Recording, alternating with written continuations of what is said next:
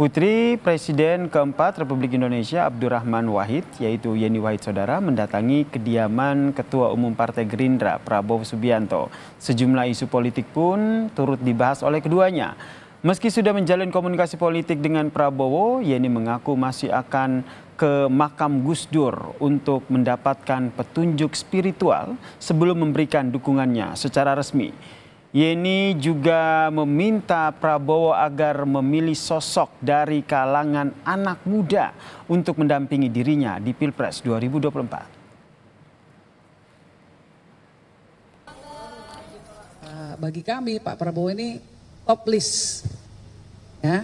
Jadi prioritas paling utama karena ada kesamaan visi. Jadi secara rasional itu mungkin kita sudah bisa punya kesamaan. Tinggal menapaki mekanisme spiritual dulu. Jadi kita harapkan Pak Prabowo, siapapun cawapres yang dipilih bisa mewakili anak muda. Cocok nggak Mas Bowo? Cocok nggak Mas Bowo? Cocok. Iya. Kriteria dulu, perkara nanti garis tangannya siapa yang jadi itu lain urusan. Kriteria dulu bahwa harus mewakili anak muda. Gibran muda, banyak yang muda. Kalian ada yang daftar? Oke. Terima kasih. Ridwan Kamil, oke. Putri Presiden keempat Republik Indonesia, yaitu Yeni Wahid ini pun menyinggung soal bakal cawapresnya Prabowo. Yeni meminta agar pendamping Prabowo Subianto ini berasal dari kalangan muda, saudara. Kita bahas soal pertemuan ini dengan juru bicara tim pemenangan Prabowo, Bang Wihadi Wiyanto, yang telah bergabung bersama kami di Kompas Malam. Salam sehat, Mas Wihadi. Sehat selalu. Ya. Ya, Mas. Mas, bisa diceritain dulu nggak detail bagaimana tadi pertemuan antara Prabowo dan juga Yeni Wahid? Siapa yang mengundang siapa nih? Jadi memang ini kan hubungan Pak Prabowo dengan keluarga Gus Dur, dan tentunya di situ ada Bu Sinta dan juga Mbak Yeni. Itu kan sebenarnya sudah cukup dekat dan sudah cukup lama. Jadi saya kira hubungan itu kan tetap berjalin. Kemarin juga ada beberapa kali kesempatan kita bertemu antara Pak Prabowo dengan Mbak Yeni, dan hari ini, sore ini tadi, akhirnya Mbak Yeni dengan Bu Sinta datang ke Kertanegara, ke tempat Pak Prabowo dan bertemu. Jadi saya kira pertemuan ini ya memang suatu pertemuan yang memang pertemuan teman lama lah, sahabat lama yang memang berbicara mengenai masalah kebangsaan dan juga kedepannya untuk Indonesia ini. Jadi berarti optimistis ya Gerindra kalau Mbak Yeni Wahid ini akan memberikan dukungannya kepada Prabowo pada Pilpres mendatang?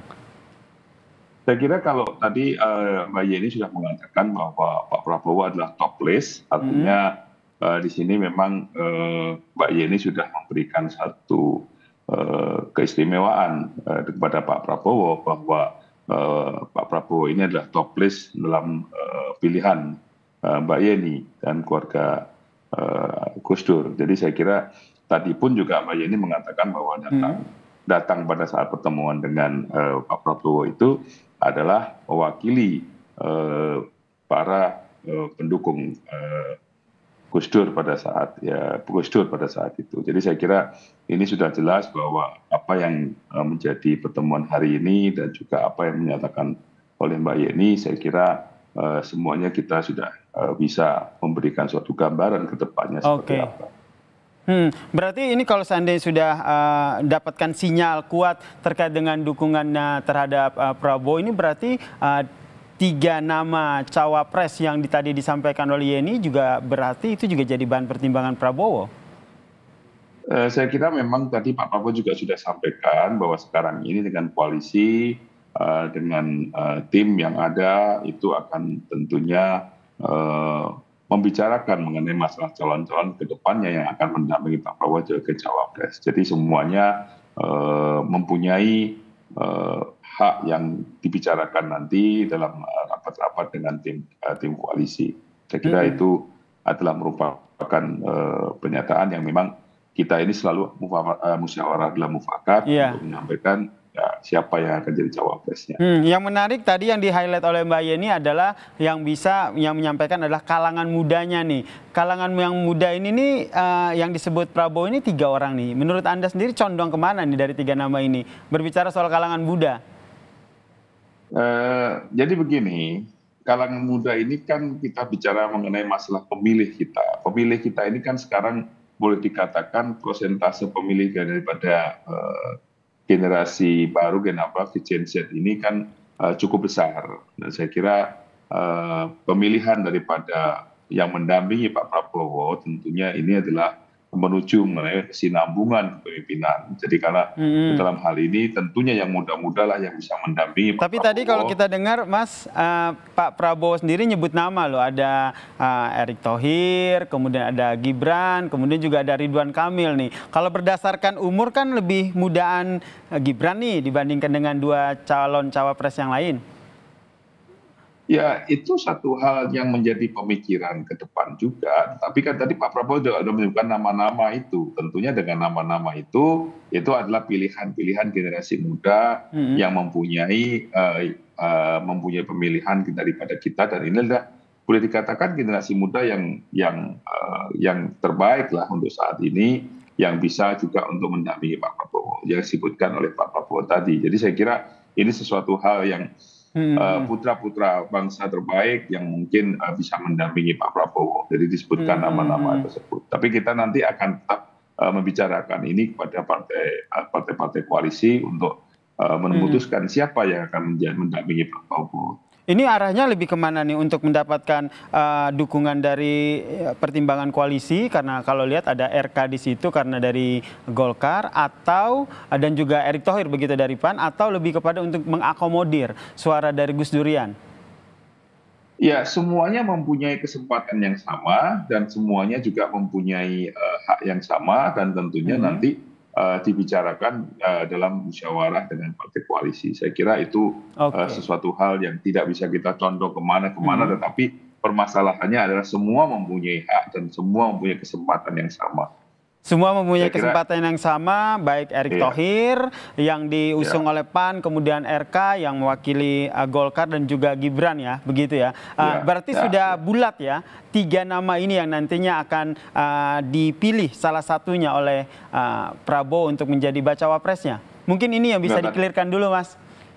Tadi kan disebutkan oleh Pak Prabowo 3 nama, gitu kan. Tapi bukan berarti bahwa 3 nama itu sudah selesai di 3 nama itu, tetapi kan salah satu yang spontanitas saja disampaikan itu, karena kebetulan beberapa nama itu yang terlintas. Tapi bagaimana nantinya itu siapa yang akan mendampingi, tentunya itu nanti akan ditentukan. Tetapi 3 nama itu menjadi satu list yang memang akan bisa mendampingi Pak Prabowo. Tetapi bukan berarti sudah tertutup, tidak, tetapi ini masih bisa berkembang dan masih bisa untuk diputuskan siapa nanti yang akan mendampingi Pak Prabowo. Jadi masih terbuka, bukannya tertutup. Masih terbuka, tapi kira-kira Mas Wadi, faktor penentunya nanti apa? Selain tadi ada spill dari Mbak Yeni, yaitu dari kalangan muda. Ya, faktor penentunya adalah partai koalisi nanti, siapa yang akan hasil dari musyawarah mufakat itu, siapa yang nanti akan ditentukan untuk menjadi pendampingnya Pak Prabowo sebagai cawapres nanti. Jadi nanti tetap itu adalah merupakan hasil musyawarah mufakat dari partai-partai koalisi. Oke, berarti lebih mudah dicalonkan dari partai koalisi begitu ya? Iya, enggak juga, partai koalisi kan. Oh, enggak juga ya, berarti peluang dari Gibran juga masih besar ya, porsinya sama begitu ya dari dengan RK dan juga Erick Thohir begitu ya? Saya kira kan semua, saya katakan tadi, semua punya kesempatan yang sama. Jadi nanti barulah nanti pada saat musyawarah untuk mufakat baru bisa ditentukan siapa itu, tentunya itulah kesempatannya kepada itu. Tadi Mbak Yeni mengatakan tinggal nanti siapa yang nasibnya yang akan menentukan, dan ini kan sudah jelas tadi Mbak Yeni juga mengatakan itu. Jadi nama-nama itu tetap adalah menjadi nama-nama list yang akan bisa mendampingi untuk kalangan muda. Tapi kan Mbak Yeni tadi sempat mengatakan ya nanti tinggal siapa dari nama-nama itu yang memang nasibnya akan bisa mewakili kalangan muda untuk mendampingi Pak Prabowo sebagai cawapres. Itu kan tadi sudah sampaikan seperti itu. Kalau dari Jadi koalisi seperti sendiri itulah. kan kita lihat nih Mas Wihadi, dari ada Golkar, ada nama RK tadi, kemudian dari PAN ada Erick Thohir begitu. Ini apa ya, diskusi internalnya nanti akan seperti apa? Kalau seandainya sama-sama saling ngotot begitu dalam tanda kutip, nanti pemilihannya akan seperti apa? Ya tentunya kita ini mempunyai pandangan dalam masalah musyawarah mufakat. Kita ini kan bangsa Indonesia ini kan terkenal dengan sistem musyawarah mufakat. Apalagi kita ini partai koalisi yang akan kerjasama. Artinya kita ini mempunyai kans untuk musyawarah mufakat. Jadi dalam hal ini musyawarah mufakat ini kan bisa saja kita mencari yang terbaik dan semuanya mempunyai kans yang sama, tetapi pada saat kita bicara semuanya mufakat dan kita dari musyawarah itu tentunya akan kita hormati bersama. Jadi saya kira tidak ada satu hal sistemnya bagaimana, kita tetap mengutamakan musyawarah mufakat itu. Baik, berarti cawapres muda yang dimaksudkan oleh Mbak Yeni Wahid ini bukan karena umurnya yang muda ya, tapi lebih kepada muda secara semangat dan juga yang lain ya, Mas terakhir. Ya, saya kira generasi muda ini kan ada yang mewakili milenial kan. Oke. Jadi saya kira semuanya kalau kita melihat daripada kriteria PBB untuk usia muda, usia tua itu kan semuanya itu masih golongan remaja, masih muda itu semua. Baik. Kan? Nah. Baik, kita nantikan nih seperti apa nih pilihan dari Prabowo Subianto dan juga koalisi yang tadi Anda sebutkan, akan ada diskusi internal di dalamnya. Terima kasih Mas Wihadi Wianto selaku juru bicara tim pemenangan Prabowo telah berbagi informasi di Kompas Malam. Salam sehat. Malam.